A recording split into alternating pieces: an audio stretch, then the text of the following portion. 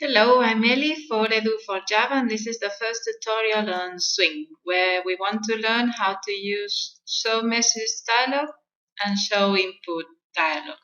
They are the easiest way to communicate with the user in Swing. The input dialog, as we can see one here, is to insert data. We create a window where the user inserts a data and the program receives that data. And here we have the show message dialog, which is just to show a message. The first thing we're going to do is go to Eclipse and create a new Java project. We're going to call it Swing Tutorial.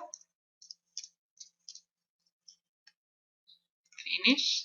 And here we're going to copy the code we have here.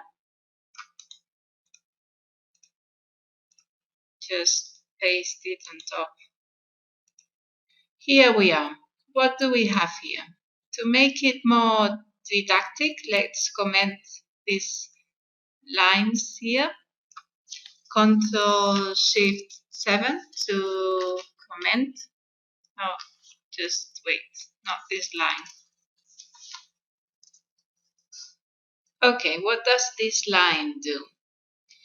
JOptionPaint is a class, and showInputDialog is a static method of the class JOptionPaint. This method receives two parameters. The first one is a reference father of a window. For the time being, we're going to ignore it. We will write null. It's a null object. It is asking for an object, the object of the window. If we write null, it's like if we ignore it. The second parameter is a string. It will be the data the input dialog is asking for. This method is a function, really. What does that mean? It means it returns a value. The value which it returns is of the type string, and we're going to keep it in a variable called user. If we run the program, we can see what happens. This method here was executed, and what it does internally is create a window. We can write anything here. For example, hello. Accept. Anything we write here is kept in this variable. How can we verify this? We can use the other method. We copy this line here. JOptionPaint is the class we've talked about before. So message dialog is another method, another static method from that class. Again, we write null for the reference window, which we will explain someday. And here we write what we want the window to show. If we, for example, write user,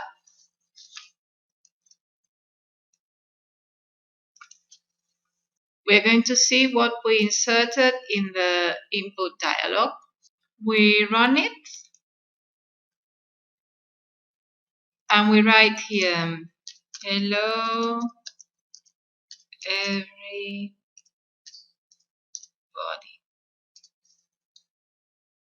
Accept. And we now see the second window with what we wrote, hello, everybody.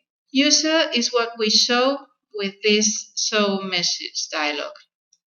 These methods here are very interesting to develop because they let us insert data and also show data.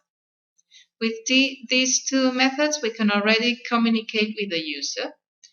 It is very basic, but it's very easy to use. Okay, we press Ctrl+Shift, Ctrl+Z, Ctrl+Z, and we go back to the initial program. And with this small program, I'm going to show you login validation. This program, what it does is it asks for the user and the password. And with the data the user gives us, we can compare it and see if it's correct or not. Let's run the program. As we can see in the code, the user is Edu4Java and the password is my password.